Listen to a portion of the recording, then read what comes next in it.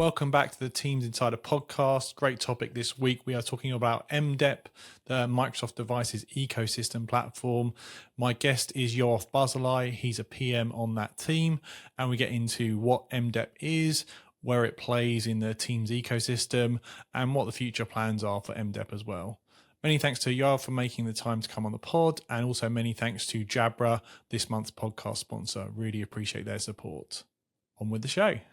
Hey everybody, welcome back to the pod. I've been looking forward to this one. This is a hot topic in our space at the moment. I've got my friend Yoav Barzilay. We go back a bit in previous technologies, and now he's the person to talk to, I think, around MDEP. So Yoav, do you want to just introduce yourself and maybe give us a little bit of background about your backstory, because it's quite interesting. Yeah, well, first, Tom, thank you so much for having me here. Always a pleasure to meet with you and chat about technology. So I have been working in Microsoft for the past 8 years.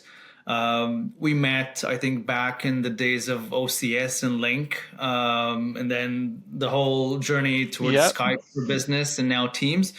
Recently, I moved to the MDEP team, the Microsoft Device Ecosystem Platform team, and I PM our collaboration distro for that purpose. Previously, before that role, I was leading some of our Surface Hub efforts, and I think that's where most of my community relations have come from. But yeah, that's where we are here today. I'm super excited to talk about MDEP today. Awesome. So MDEP, the Microsoft Devices Ecosystem Platform, so a bit of a mouthful. Maybe for those who are not familiar, maybe you could talk us through what it is, what the thinking behind it is. We'll start there. Microsoft Device Ecosystem Platform is the AOSP, so the Android open source platform version of Microsoft. Microsoft is not new to the Android ecosystem. We've developed a lot for Android. We have over 2,500 engineers worldwide working on and for Android. So we're pretty much very well invested in this area. MDEP has started working on collaboration devices 18 months ago. We have announced very early in the stage that we're partnering with Jabra and Qualcomm for our first device. And only a few months ago at Enterprise Connect, we announced a strategic partnership with Yealink as well, and our expansion to offer SoCs from MediaTek and Rockchip, so we can expand our platform and give our OEMs and partners the ability to provide more devices and have MDEP on their greater portfolio of devices. So yeah, we are working to improve the collaboration experience and the go-to-market times for our partners and customers. I think the charter we have, I know that the charter we have for our devices is that we want to provide a unified platform for manufacturers to say, we don't need to do the heavy lifting of the platform anymore. We can invest now in our unique IP and what differentiates us, and we will let Microsoft do the platform heavy lifting for us, and that's what we're offering them, as a matter of fact. So Android's a really interesting space. Obviously, there's like in the billions of users of Android, and when most people think of Android, they think about maybe their a phone with Android and the Google Store and stuff. But there's also Android, the open source project, and then people take that open source project and they do different things with it. Maybe you could explain that better than me, how that world hangs together. I hope I can. So if you look at the variety of even collaboration devices we have today, you're familiar with that market better than me for sure.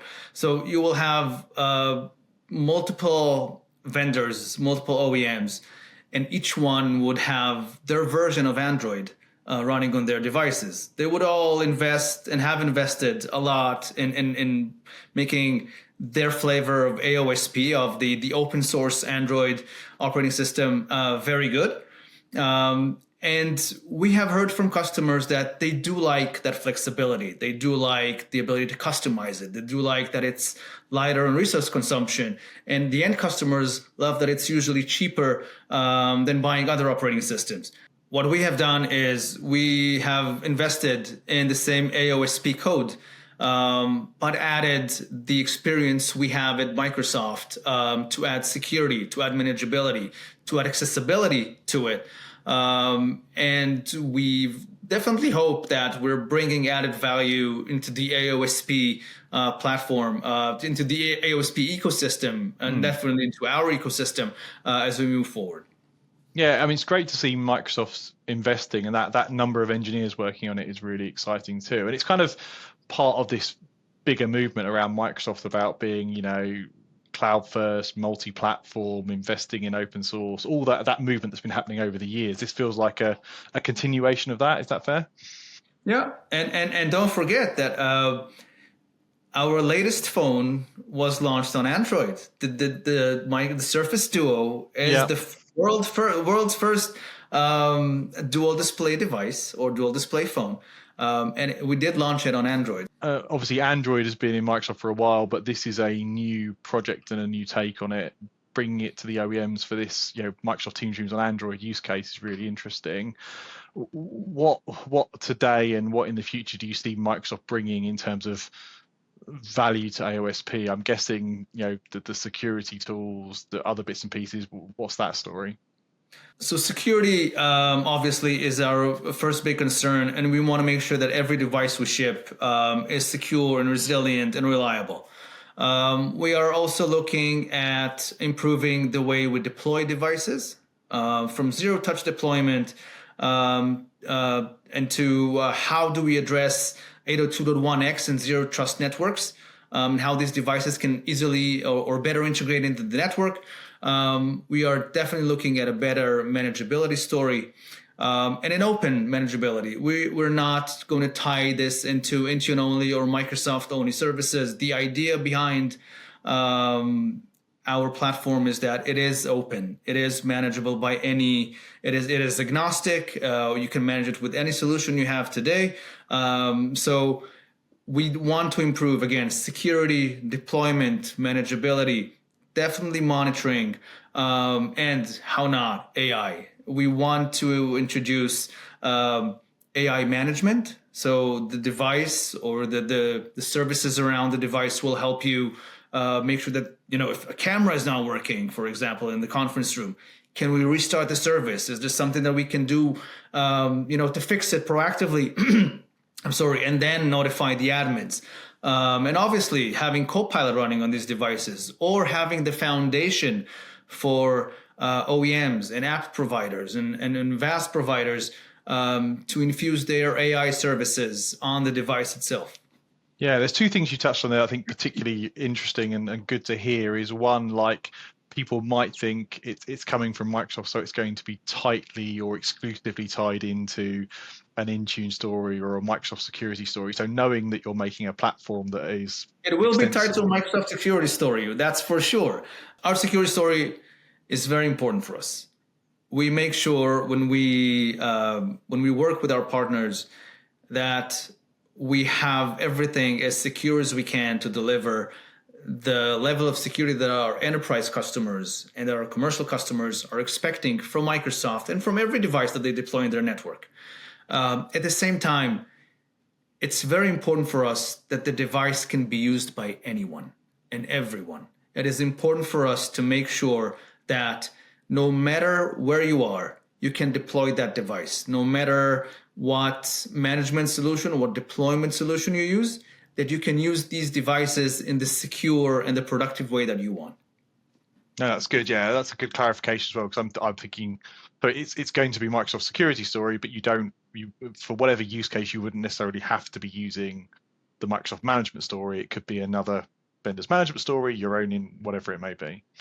Yeah, the idea is that the platform is a platform, and you can install any app you want on the device, as long as it meets the minimum security requirements. And that's another key point. I've heard different conversations there. There's maybe an assumption that again, because Microsoft are building it, they're building this for MTR, so it will only be MTR. But actually, the MDEP team is different to the Teams team. Is that right? Yes, we obviously we are all under the same umbrella. Of course. We have very good relationships with the Teams team. We love working with them. We drive each other's success in many ways.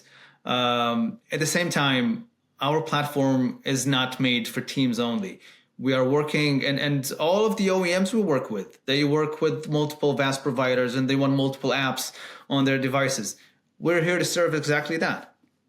No, it's good to hear.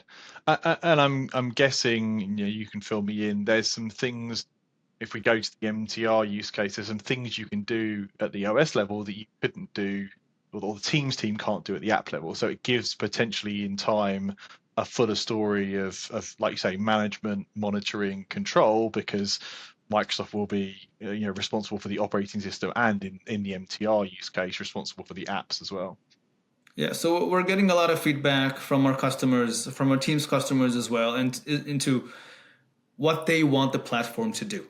We're trying to integrate as much as we can into it. Again, this is a marathon. Not everything will be available in the next 3 or 6 months, but we're definitely collecting the feedback, and we're definitely working along that feedback to make sure that every pain point that the customers have today is something we can address in the future. That's awesome. And thinking further forward, and share as much as you can, or let me know if you can't. What are use cases you're thinking about for MDEP beyond MTR? Where do you see Android devices in your house today, Tom? Where don't you see Android devices? I think is a better question, right? They're everywhere. Obviously, we want to continue and scale into the collaboration space, and there's more to come. So let's have this conversation in 6 months' time and see where we're going. I'm going to hold you to that. I'm going to time it. That's great. I appreciate you sharing. Like, obviously, for people who want to understand more, there's documentation on Learn now, so there's some good detail there, I think. Is there anything else you want people to know about MDEP, or you think they should find out more?